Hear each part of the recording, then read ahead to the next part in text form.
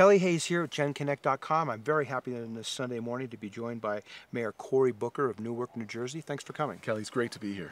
The other night we were at a dinner with the Bezos Scholars, Yes. a group of young people who had brought their teachers with them for the week here at the Aspen Ideas Festival. There was one young girl from Newark. Yes. And we had asked her what she thought of her mayor. I'm afraid. She came back with, he's pretty cool. He's got a lot of optimism and a lot of enthusiasm, and I was very struck by that.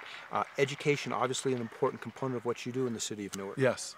Well, look, that's it. I think that there's a cancer in our country eating away at the soul of our democracy. That is our inability to educate our kids at sort of equal and high levels. I remember having a wonderful conversation with Colin Powell where I asked him, after talking about nuclear proliferation, the war in Iraq, what the greatest threat to our democracy was in the next 50 years. And he didn't miss a beat. He said it's education, our inability to educate all of our children.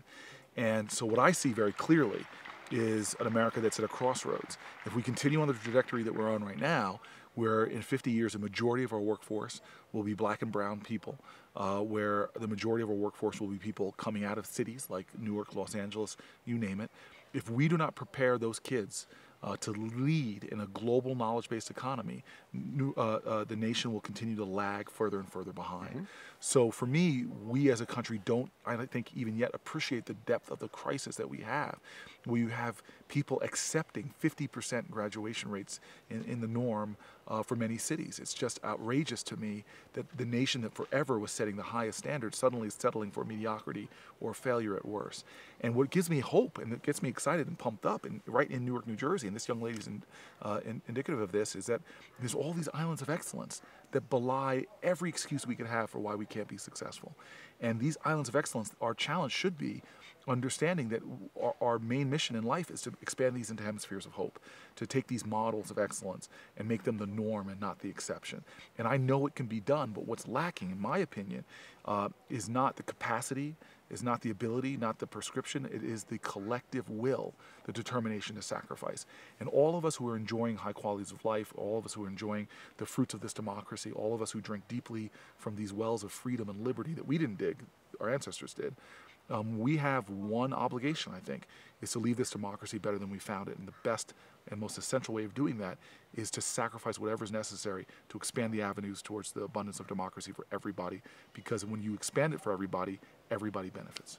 Another bald black man from New Jersey was here this week, Wes Moore. Yes. Who wrote The Other Wes Smarter Moore. and better looking, though. Wes, in his book, talks about how expectations can trump circumstances, that difficult times don't necessarily mean that people can't achieve. Yeah. Do you think in the education system that we've lowered our expectations, and increasing those expectations might, by that very act, help to improve the educational system in America? We stomach in America unconscionable realities. I was sitting on a panel with another great mayor, Antonio Villagrosa, and he was saying that he took a school that had 150, 250 kids being arrested. It was, I think, in Watts, if I remember correctly, as example. And now they only have 10 kids getting arrested in the school. They're making, and I'm thinking to myself, and I finally interrupted, and I looked at the audience, I said, why aren't we all outraged that we think success, obviously he's done great things, sure, but 10 kids being arrested in a school is unconscionable to me, especially when we could, like that, fix it. How?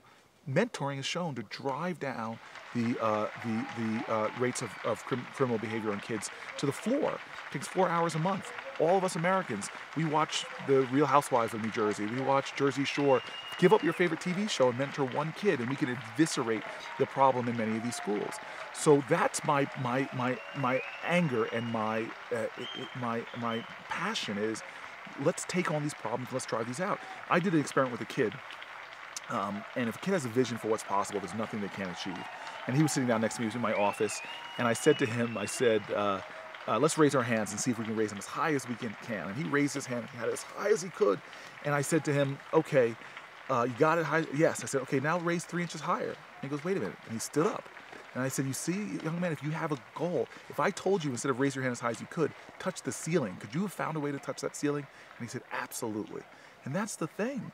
You give our kids a real standard and tell them this is what's expected. You are expected to touch the roof, to get on top of it. You're expected to fly. Those kids, with their ingenious, are going to find a way to do it if they're given the fuel to burn within their hearts, their spirits, and their minds to get there.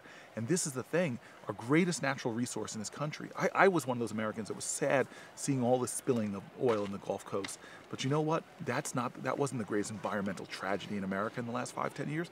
What is that we have our greatest natural resource, the minds of our children. In a global knowledge-based economy, your population, their very innovation, their thought, their minds are what's so powerful. So in schools all across America, in a preventative way, we're wasting the minds of future poets, of scientists, of innovators, of engineers, of doctors. We're wasting that potential. We're letting that slip through our hands. And not only that, we're paying for the cleanup. The cleanup in our country, the prisons, the criminal justice system is far more expensive than any intervention we could be doing. So we don't have to talk about setting higher expectations for our kids. We're not setting high expectations for adults, for ourselves. And that's what this country I grew up believing was about. It's about this idea of American exceptionalism. People criticize that. No, let's tell ourselves, let's believe in our hearts that we are the greatest country on the face of the earth. But let that not be rhetoric. Let's be reflected in our actions and our passion and our deeds and our sacrifice. And so that's what I worry about our nation now, is we have this belief that we could get everything we want and not sacrifice for it. My parents quoted to me when I was growing up, they quoted Frederick Douglass, who said, in life you don't get everything you pay for, but you must pay for everything you get. So if we want excellence, we have to pay for that, and we're not doing it right now. And the consequences of that we're seeing now, but woe to us 50 years from now if we don't choose to raise our expectations as a nation and do what's necessary to meet them. Woe to us, because we will be, unfortunately, in America, in the globe, you cannot have a leading democracy if that democracy has a lagging education system. Well, changing minds needs to be done before we can change the game, obviously. Yes, So. but and your viewers who are watching this, we often listen to a discussion like this and say, yes, I agree. I always call it, we're in this sedentary agitation. We get all excited, but we don't get up and do something. Call to action. Yeah, and so every one of us has to always ask ourselves, are we doing enough? Are we doing the same thing we did last year? Because if we are, we don't expect the world to change unless you yourself are willing to change. And don't let the big problems, don't let your inability to do everything undermine your determination to do something. All of us should be doing one more thing this month, this week, or even this year, different than we did last year to change our democracy and make it better. Terrific. Mayor Booker, greatly appreciate it. Thank you. You can see more with Mayor Booker at genConnect.com and take a step.